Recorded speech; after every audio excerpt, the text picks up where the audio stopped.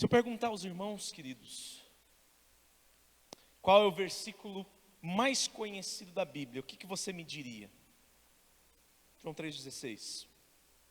João 3,16 que diz...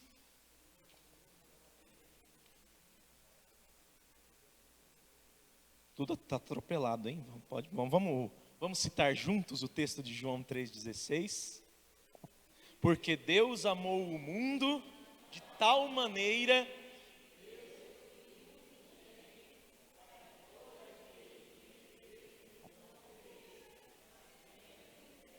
Oremos. Deus Santo, te louvamos, Pai, e pedimos que o Senhor guie nossa mente e nosso coração na Tua palavra, porque Tu és bom, porque necessitamos, Pai, de direcionamento, principalmente em verdades tão preciosas, verdade que diz respeito à salvação da nossa alma, da nossa vida. Senhor, obrigado por termos diante dos nossos olhos um texto tão rico, tão profundo e tão precioso. Guia-nos em tudo que for necessário, no nome de Jesus, amém. Queridos irmãos, sem dúvida alguma, este texto ele é bastante conhecido. Este versículo é bastante citado. E por estarmos numa semana de evangelização, ele sempre vem à nossa mente e nosso coração, ele sempre vem e aparece novamente a cada um de nós, para que nós o lembremos. Todo crente tem decor em sua mente João 3,16. Só que muitas vezes, quando um texto ele é tão repetido, tão falado, tão anunciado, tão proclamado, nós nos esquecemos de pensar, de lembrar, na verdade, de que ele está inserido num contexto, de que ele tem diversas verdades a partir de si, que são necessárias e fundamentais para o nosso crescimento na fé, para o nosso se achegar a Deus, se aproximar de Deus. Este texto de João 3,16, ele está inserido num contexto onde o Senhor Jesus topa com um homem, com um fariseu, chamado Nicodemos, o único fariseu conhecido daquele tempo ali, que conviveu com Jesus, que tem seu nome citado e que é lembrado não só uma vez, mas duas vezes nas Escrituras. Nicodemos, fariseu, segundo o que diz o texto, um dos mais importantes dos judeus, foi quem teve a oportunidade de ouvir pela primeira vez estas palavras que 2000 anos depois, nós insistentemente repetimos, como se for um resumo da história da redenção, como assim o é. Porque Deus amou o mundo de tal maneira, que entregou o seu Filho unigênito para que todo aquele que nele crer, não pereça, mas tenha a vida eterna. E a título de introdução eu gostaria de refletir sobre algumas verdades que este versículo 16 do capítulo 3 do Evangelho de João traz a cada um de nós. Sendo a primeira delas, de que há um Deus e Ele criou todas as coisas. Jesus começa dizendo sobre Deus, Jesus começa falando sobre Deus, um Deus que amou o mundo de tal maneira, que entregou o seu Filho unigênito. Este Deus não é qualquer Deus, não é uma loucura da nossa imaginação, não é um delírio da nossa criatividade, não é uma vã filosofia como tantas que o mundo persegue no seu dia a dia. Este Deus é o Criador dos céus e da terra, é espírito pessoal, é santo, os seus caminhos são irrepreensíveis, os seus atributos são incomparáveis, inigualáveis, e Ele, por seu poder, criou, queridos, tudo que nós conhecemos, criou os céus, a terra, criou as plantas, criou o mar, criou os luminares, e inseriu o homem num jardim, para cuidar, para governar, comissionando de ser aquele que dirigiria esta criação, segundo a voz do Deus Altíssimo.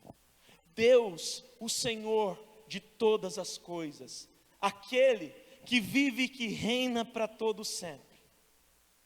Ele é o centro deste versículo, porque quando Ele entrega seu Filho unigênito, para salvar todo aquele que crer nele. Nós estamos falando da vontade dele sendo cumprida, da excelência, da essência dele sendo manifesta. Deus, há um Deus, e ele criou todas as coisas. Em segundo lugar, a segunda verdade, Deus tem amor por sua criação. O que Deus fez? Deus amou o mundo. E o mundo, a palavra grega que temos no texto original aqui é cosmos, que diz respeito à criação como um todo, a todas as coisas criadas. Deus criou e Deus tem amor por aquilo que Ele criou. De modo que, ao contrário do que alguns pensam, Deus não criou todas as coisas e abandonou a sua criação. Deus não criou todas as coisas e se tornou um ser distante. Não. Deus criou todas as coisas e tudo que Ele criou compartilha da sua criação, compartilha de sua essência. Em especial o ser humano, que fora criado segundo a sua imagem, conforme a sua semelhança, que fora criado portador do caráter moral de Deus, capaz de amar, capaz de ser justo, capaz de ser fiel, capaz de ser íntegro. Deus criou o mundo, mas não somente criou e deixou desconectado este mundo da sua presença. Ao contrário, Ele em sua transcendência, porque Ele é santo, Ele é distinto da criação, se relaciona com essa criação em sua imanência, Ele tem contato com aquilo que Ele criou, em especial com o ser humano, com o homem, mesmo tendo esse homem pecado contra Ele. E aí nos leva à terceira verdade, que diz respeito a como é esse amor de Deus, que é um amor incomparável e incompreensível. O amor de Deus, ele é incomparável e incompreensível. Deus amou o mundo de tal maneira, um amor muito grande. Que maneira foi essa? Que Ele entregou o seu Filho unigênito. E entregou, entende-se, ofereceu em sacrifício, ofertou para, enviou o único que tem a mesma essência dele. Deus o Pai envia o Filho, que é Deus perfeito, para se encarnar, para se tornar homem perfeito, e sendo 100% homem, 100% Deus, Ele vem e faz a obra que Deus requeria para a nossa salvação. Queridos, pare para pensar um instante em quão grande é essa obra, porque cada um de nós que estamos aqui, eu posso falar com autoridade porque eu me conheço, não merece um amor como este, não tem dignidade para receber uma graça como essa, não tem capacidade sequer de compreender e de se dobrar diante desta obra tão maravilhosa. Mas a grande verdade é que Deus amou o mundo e entregou o seu único Filho, e Ele veio, e agindo Ele, operando Ele, morreu numa cruz, de forma terrível, recebendo sobre si a ira de Deus que era destinada a cada um de nós, o castigo de Deus que estava reservado para todos aqueles que pecaram contra Ele, e todos pecaram e carecem da glória de Deus. Mas não permaneceu morto e ressuscitou ao terceiro dia. E tendo ressuscitado, meus irmãos, Ele deixa o Espírito Santo. E deixando o Espírito Santo, aquele que convence do pecado, da justiça e do juízo, aquele que opera a obra da regeneração no coração do pecador, aí sim, nós podemos crer, nós podemos dizer: Jesus, eu te reconheço como Senhor e Salvador da minha vida, e pela fé Isso é tão maravilhoso, queridos irmãos, porque Deus entrega Jesus, e Ele diz que todo aquele que nele crê vai ser salvo. Mas nós não temos condição de crer. E aí o que Ele faz? Ele nos habilita para crer. Ele nos obriga a crer? Não. Mas Ele nos capacita para que voluntariamente, segundo a boa, agradável e perfeita vontade dEle, segundo o conselho do seu plano eterno, cada um de nós vá até Ele e diga: sim, Senhor, eu recebo como meu Salvador. O amor de Deus é incomparável e incompreensível. E ainda temos uma quarta verdade neste versículo, ainda à guisa de introdução: o amor de Deus salva. Deus amou o mundo de tal maneira que deu o seu Filho unigênito para que todo aquele que nele crer, aspecto negativo, não pereça, não seja condenado, não seja destruído, não venha experimentar a ira de Deus que é justa contra o pecado, mas, aspecto positivo, tenha a vida eterna. O céu, a nova Jerusalém, um tempo aonde a palavra de Deus diz que não haverá mais lágrimas, não haverá mais dor, não haverá mais luto, pois não haverá mais pecado. Todas as coisas já terão se passado, as coisas velhas hão de ter ficado para trás, e tudo há de ser feito novo, de uma vez por todas e pelos séculos dos séculos. Aquele que veio, que morreu, ressuscitou e foi para o Pai, mas Ele prometeu: eu voltarei. E Ele voltará para nos resgatar e consumar a nossa salvação por toda a eternidade. Queridos irmãos, como é maravilhoso nós pensarmos num versículo só e enxergarmos tanta verdade, tanto amor, tanta graça, e ainda compreendermos que este versículo está em todo um contexto. Até porque a palavra primeira que aparece nesse versículo é o quê? Uma conjunção explicativa. Ó, o pessoal da escola aí lembra, né? O que é uma conjunção explicativa? Porque Deus amou o mundo de tal maneira que entregou seu Filho unigênito para que todo aquele que nele crê não pereça, mas tenha a vida eterna. Tem um porquê aí. Jesus está explicando alguma coisa. O que Jesus está explicando? Ele está explicando que a obra dele, ela proporciona a salvação de todo aquele que crê. A sua obra na cruz, a sua morte, a sua ressurreição, ela é eficaz para salvar todo aquele que crer. Como que se desenrola essa explicação de Jesus? Como que ela se desenvolveu até a gente chegar nessa explicação do verso 16?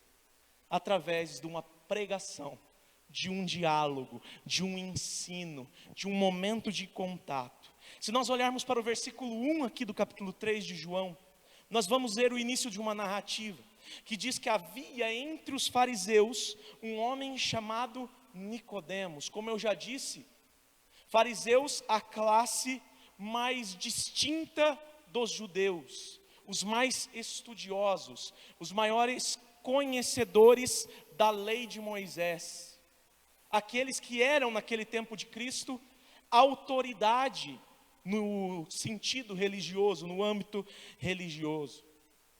E havia entre os fariseus um homem digno de ter seu nome lembrado nas Escrituras, de alguma forma, por algum motivo: Nicodemos. Havia entre os fariseus um homem chamado Nicodemos, que era o quê? Um dos principais dos judeus. Era alguém que tinha destaque, era alguém que era respeitado, era alguém que tinha na sua conduta, no seu modo de agir, uma respeitabilidade diante da sociedade judaica, que o levou a ser lembrado aqui nas Escrituras. Mas não só isso.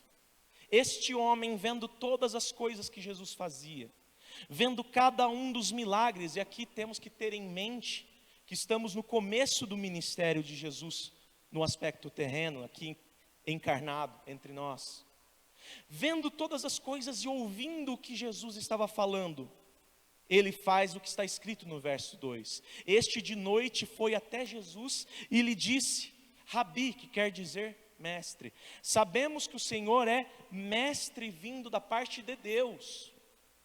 Sabemos que o Senhor tem autoridade, por quê? Porque nenhuma pessoa pode fazer estes sinais, os milagres anteriores, transformar água em vinho, levantar gente para andar, se Deus não estiver com ele. Eu sou um judeu, eu tenho conhecimento de que virá um Cristo, e o Senhor está me cheirando coisa conhecida, o Senhor está me parecendo alguma coisa que eu já li, está parecendo que o Senhor está relacionado com aquilo que Moisés falou, que um dia seria levantado outro profeta, à semelhança dele, e a este o povo ouviria.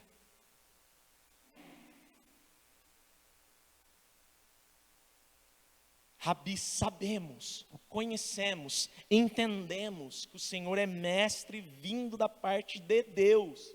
Por quê? Porque nenhum ser humano comum, simples, vai fazer qualquer sinal miraculoso, como o Senhor está fazendo, se não for operado por Deus. E aqui neste ponto, Jesus poderia dizer: sim, eu sou o Cristo. Jesus poderia se revelar, mas entendendo a situação de Nicodemos e o pré-conhecimento de Nicodemos a respeito do Cristo que viria, relatado nas Escrituras do Antigo Testamento, Jesus responde da seguinte forma, verso 3: em verdade lhe digo, uma declaração solene, uma declaração oficial, uma declaração pesada, que se alguém não nascer de novo, não pode ver o reino de Deus. Nicodemos, ele estava vendo ou estava a caminho de ver, ele estava reconhecendo aqui neste ponto, que Jesus e os seus milagres estavam relacionados com Deus e com o seu reino. Mas Jesus, ele vai e aprofunda o conhecimento de Nicodemos, ele cava mais fundo a rocha do seu coração, e ele diz: se alguém não nascer de novo, se alguém não passar por um novo nascimento, se uma pessoa não for regenerada, é impossível, não pode, não tem jeito, não tem como essa pessoa ver o reino de Deus. E logicamente que essa pergunta de Jesus, aliás, que esse esclarecimento de Jesus gerou dúvidas em Nicodemos. Ele pergunta: como pode um homem nascer sendo velho? Veja a confusão na cabeça de um homem diante da revelação de Deus, do Deus encarnado, o Verbo encarnado. Será que ele pode voltar ao ventre materno e nascer uma segunda vez? Nicodemos estava reconhecendo que Deus estava ali, mas ele não estava entendendo o que Jesus queria dizer. E Jesus continua aprofundando, verso 5: em verdade lhe digo, quem não nascer da água e do Espírito, não pode entrar no reino de Deus. E aqui há algumas interpretações diversas a respeito do que seria nascer da água e nascer do Espírito. Alguns vão relacionar o nascer da água ao líquido amniótico, ou seja, o nascer mesmo do ventre materno, o nascer do Espírito, à conversão. Outros vão entender que o nascer da água está relacionado com o batismo nas águas, e o nascer do Espírito estaria relacionado com a verdadeira conversão, com a verdadeira troca do coração. Há também, até numa linha mais pentecostal, que diria que aqui nós estamos diante da revelação de que há uma primeira bênção no batismo, na conversão, e uma segunda bênção, um segundo batismo, que seria do Espírito, que nós não cremos nisso no caso. Mas particularmente, e o que tem sido um pouco mais aceito hoje, é que Jesus estava falando de realidades paralelas. É como se Jesus estivesse falando assim: Eu te digo uma coisa, Nicodemos: se essa pessoa não se arrepender e crer em Jesus como Senhor e Salvador, e crer em mim como Senhor e Salvador, ela não pode entrar no reino de Deus. Se nós olharmos para a água como um elemento simbólico do judaísmo, contexto aqui, nós vamos entender que a água está relacionada à purificação. Então teríamos a questão da limpeza de pecados, arrependimento. E o Espírito, a mudança de coração para crer em Jesus, para receber Jesus, a mudança de disposição para recebê-lo como Senhor e Salvador, e poder definitivamente ser reconhecido como uma criatura nascida novamente, nascida para Deus do Espírito. É o que Jesus continua explicando no verso 6. O que nasce da carne é carne, e o que nasce do Espírito é Espírito. Jesus está falando palavras de até uma complexidade alta, principalmente num contexto onde certos elementos ainda não haviam sido revelados àqueles religiosos judeus. Jesus, ele está falando que o homem natural é simplesmente um homem que seguirá o curso da sua vida e que terminará mal a sua história, porque diante de Deus não tem esperança. Mas o homem que ele é alcançado por Deus, que se rende a Deus, que é tocado pelo Espírito Santo de Deus, esse se renderá a Deus por meio da fé em Cristo, o adorando em espírito e em verdade.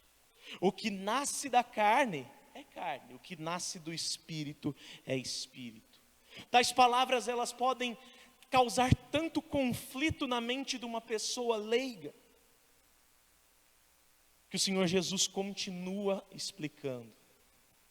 Versículos 7 e 8. Não fique admirado por eu dizer, vocês precisam nascer de novo. Por que não fique admirado? O vento sopra onde quer, você ouve o barulho que ele faz, mas não sabe de onde ele vem, nem para onde vai. Assim, dessa forma, como o vento, é todo aquele que é nascido do Espírito. Todo aquele que tem o Senhor no seu coração. Todo aquele que é alcançado pela maravilhosa graça de Deus e se rende ao Senhor Jesus Cristo. Ele se rende de uma forma inexplicável. Essa obra do novo nascimento, Jesus está dizendo aqui, é uma obra invisível. É uma obra que nós não podemos enxergar, mas que nós podemos testemunhar.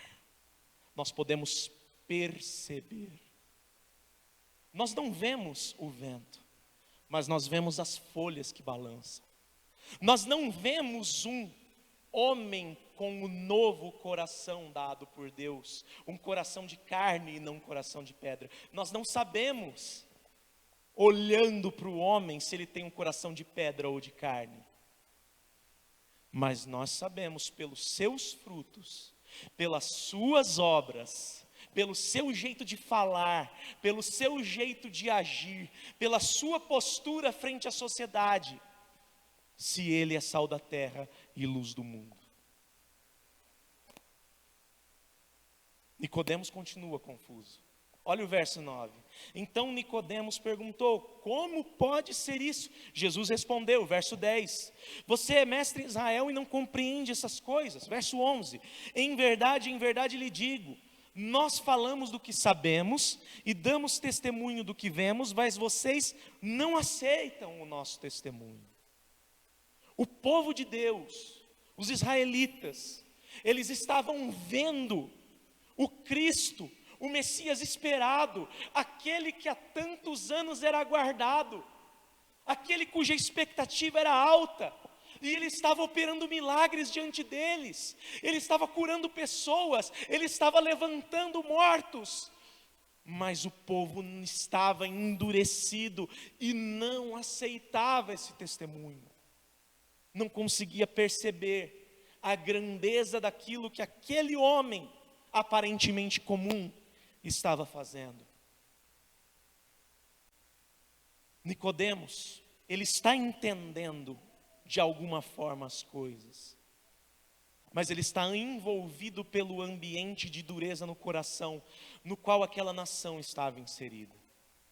Lembrando aqui que nós estamos em um período em que acabara de se romper um silêncio de Deus que foi por cerca de 400 anos.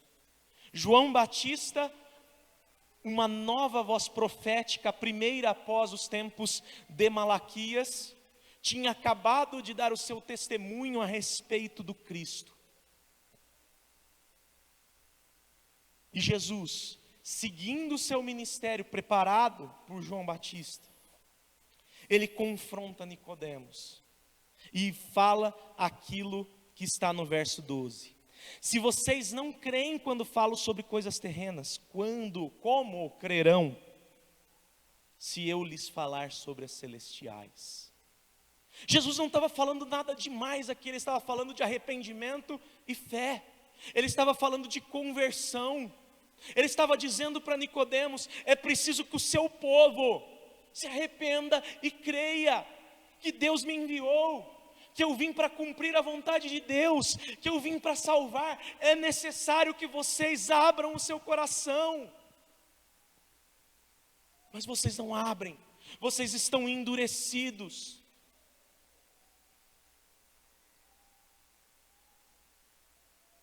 Vocês querem mais, mas não conseguem entender o básico do básico. É preciso se arrepender e crer.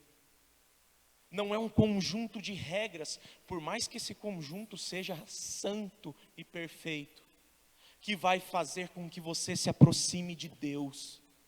É você rasgar o seu coração. Não é um rasgar das vestes, demonstrando tristeza. É uma bem-aventurança de chorar pelos seus pecados, para então poder receber o consolo que vem de Deus.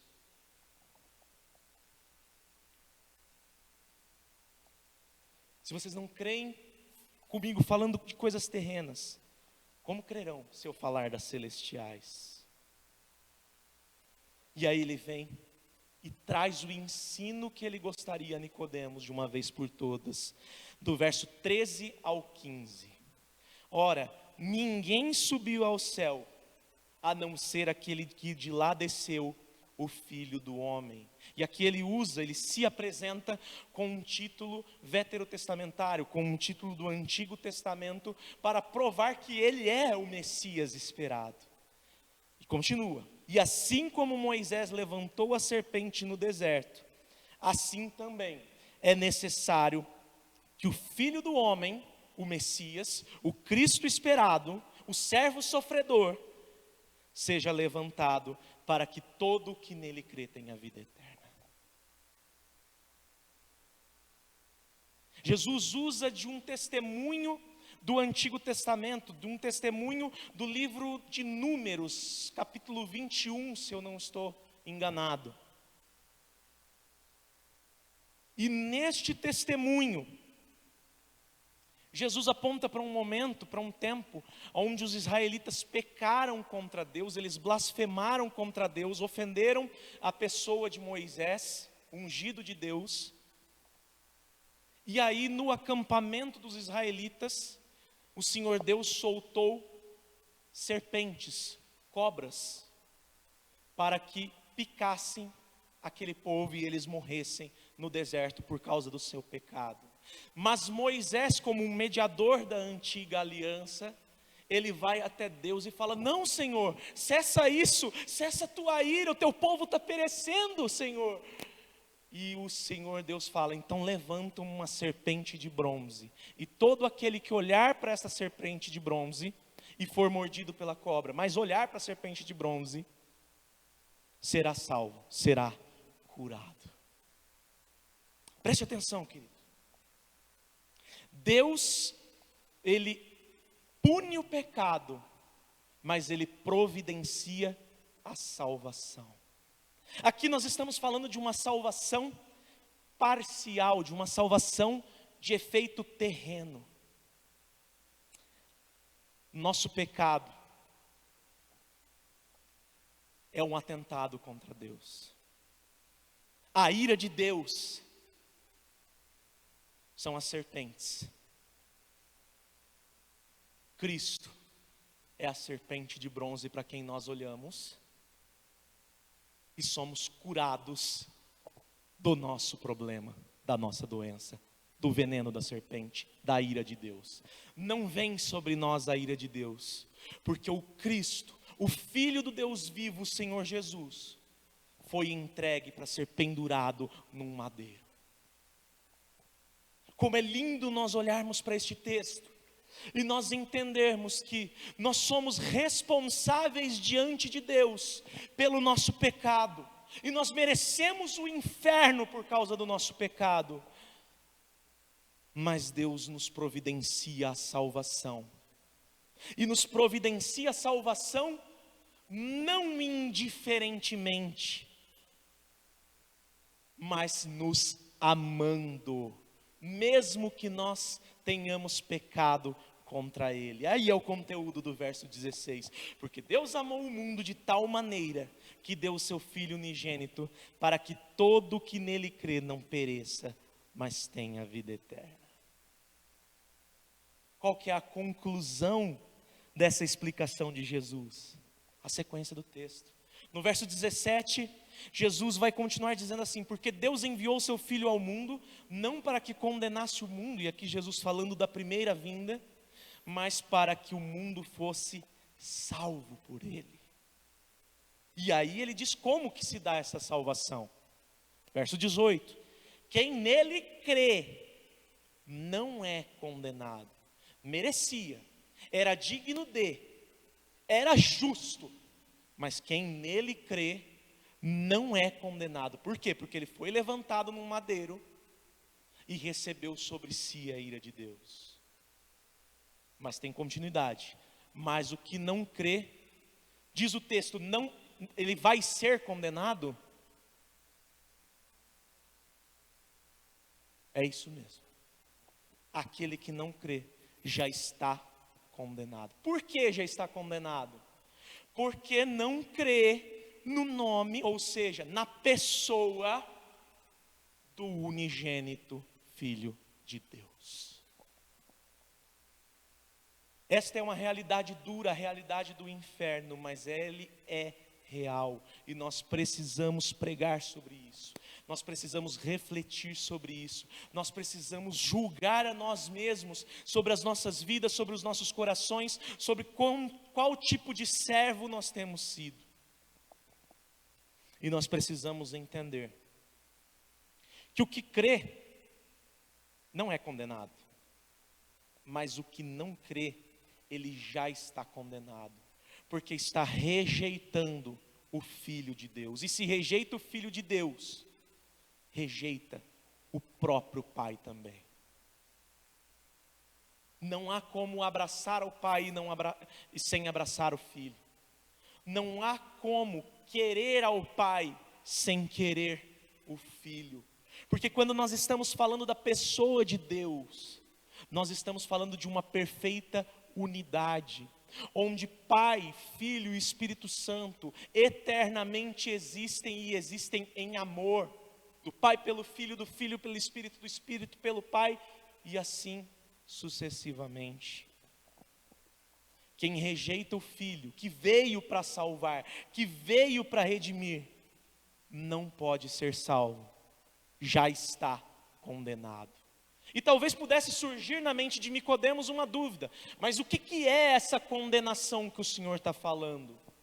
Até porque no Antigo Testamento há pouco revelado sobre essa realidade do inferno. A realidade do inferno ela é muito exposta pela própria pessoa do Senhor Jesus, e ela está muito revelada nos evangelhos. O que é essa condenação? Olha o que Jesus fala, a condenação.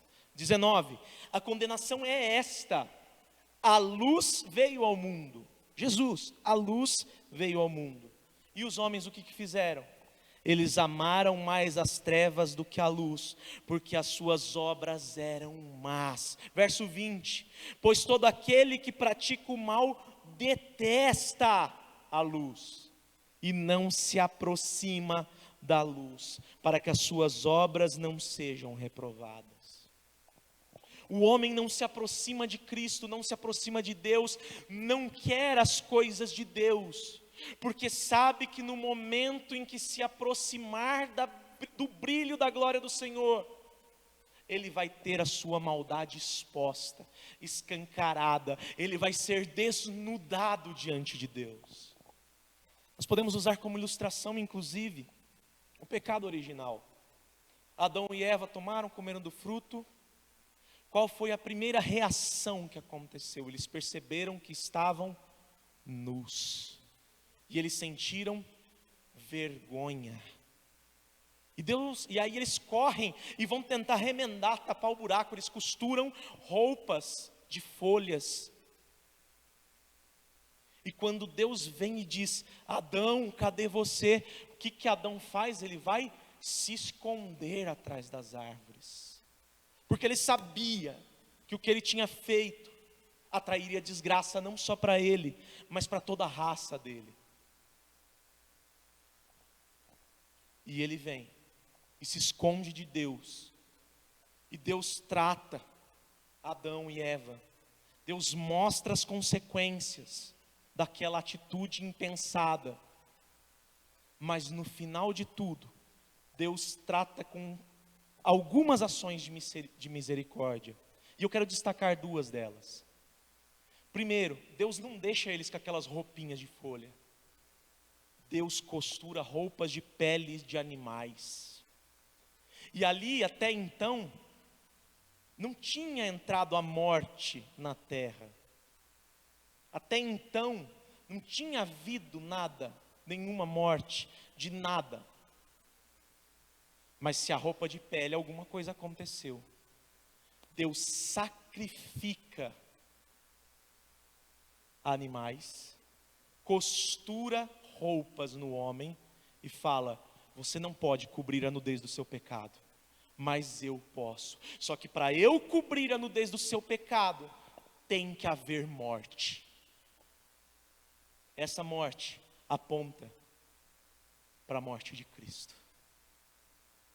E segunda realidade do Éden, que acho muito interessante a ação de misericórdia de Deus. Deus expulsa o homem do jardim do Éden, para que ele não tenha acesso à árvore da vida e não viva para sempre, morra. Preste atenção. Alguns acham que isso é punição, e é. Mas veja, imagine viver para sempre sob o efeito do pecado. É melhor morrer e partir com Deus, crendo em Cristo, do que permanecer eternamente nesta terra corrompida, sofrendo dor, sofrendo doença, sofrendo todas as coisas ruins que adentraram a terra por causa do pecado. O homem não quer se aproximar da luz, porque o coração do homem é trevas. Para que o homem se aproxime da luz, ele precisa ser iluminado. Verso 21. Quem pratica a verdade se aproxima da luz. Por quê? Para que as suas obras sejam manifestas. Por quê?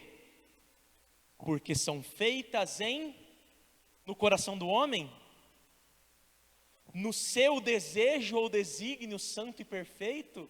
Não, são feitas em Deus. Olha que interessante isso que Jesus está dizendo. Quem pratica a verdade, ou seja, quem vive como alguém que nasceu de novo, quem obedece a Deus, quem ama a Deus, quem crê em Deus, ele se aproxima de Deus, para que as suas obras elas sejam expostas, porque ele sabe que as suas obras não vêm do seu próprio coração, mas vêm da bondade de Deus, da atuação do Espírito Santo em si. Às vezes nós ficamos tão ansiosos no nosso dia a dia. E eu acho lindo. Essa semana nós estamos fazendo janta para os irmãos aqui. E alguns dias a gente não faz janta, a gente faz um lanche, a gente faz um cachorro quente, algo mais simples de fazer. E nós dispensamos a Paula outro dia. Nós dispensamos a Paula porque não precisava dela. A gente mesmo conseguia ferver uma salsicha e fazer um molho. A Daiane e a Michele fizeram o molho. E a Paula falou, mas eu queria eu queria ajudar, eu queria fazer. É isso que Jesus está falando. Pessoas verdadeiras. Pessoas que recebem Jesus na sua vida. Elas vivem a verdade, elas praticam a verdade. E elas desejam estar próximas da luz. Para que as obras delas sejam manifestas. E glorifiquem a quem? Ao seu próprio ser? Não. Glorifiquem ao nome do Deus Altíssimo. E é isso que verdadeiramente importa. Por isso, caminhando para o final, nós devemos pensar no que este texto traz para nós. E se eu puder dizer e dar um conselho a respeito deste texto e a título de aplicação, o conselho é um só: se renda a Cristo. Deseje conhecer mais de Cristo. Deseje ser mais íntimo de Cristo. Jesus é o caminho, a verdade e a vida. Ninguém se achega ao Pai senão por Ele. Jesus é Deus e Senhor. Todo aquele que crer no seu coração que Ele é Senhor e confessar com a sua boca que Ele ressuscitou dentre os mortos, será salvo. Pela graça vocês são salvos mediante a fé. Isso não vem de vós, é dom de Deus. Não de obras para que ninguém se glorie. Esta graça está manifesta em uma pessoa. A pessoa de Cristo Jesus. Que foi entregue por Deus para nos salvar, mesmo que não mereçamos. E Ele veio e executou boa obra. E disse naquela cruz, bradou em alta voz, Tetelestai, está consumado.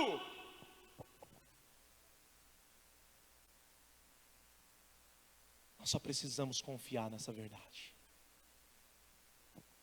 Que possamos todos os dias nos render a Cristo, nos aproximar de Cristo e confiar em Cristo, com tudo o que temos e somos, para a honra e glória, não nossa, mas do Senhor. Quero orar com você. Senhor Deus, nós te louvamos e bendizemos a Ti, Pai. Gratos por Tua justiça, mas gratos muito mais, Pai, por Tua graça. Porque sabemos que se não fosse o Senhor, se não fosse a Tua boa mão, por nossa própria escolha nós estaríamos perdidos. Obrigado por um dia ter aberto os nossos olhos. Obrigado por um dia ter nos movido, Pai, a tomar uma decisão por Cristo, segundo a Tua graça. Obrigado, Pai, por ter nos feito filhos do Senhor, pelo Espírito de adoção, pelo que nós recebemos, pelo qual nós clamamos, Abba, Pai. Tudo que eu te peço, meu Pai, nesta noite, é que o Senhor continue nos capacitando e nos tornando aptos para toda boa obra. E para isso, segundo o que conhecemos, Pai, nos faz olhar cada dia mais para as Tuas palavras santas, contidas neste livro maravilhoso. Esta é a minha oração no nome de Jesus. Amém.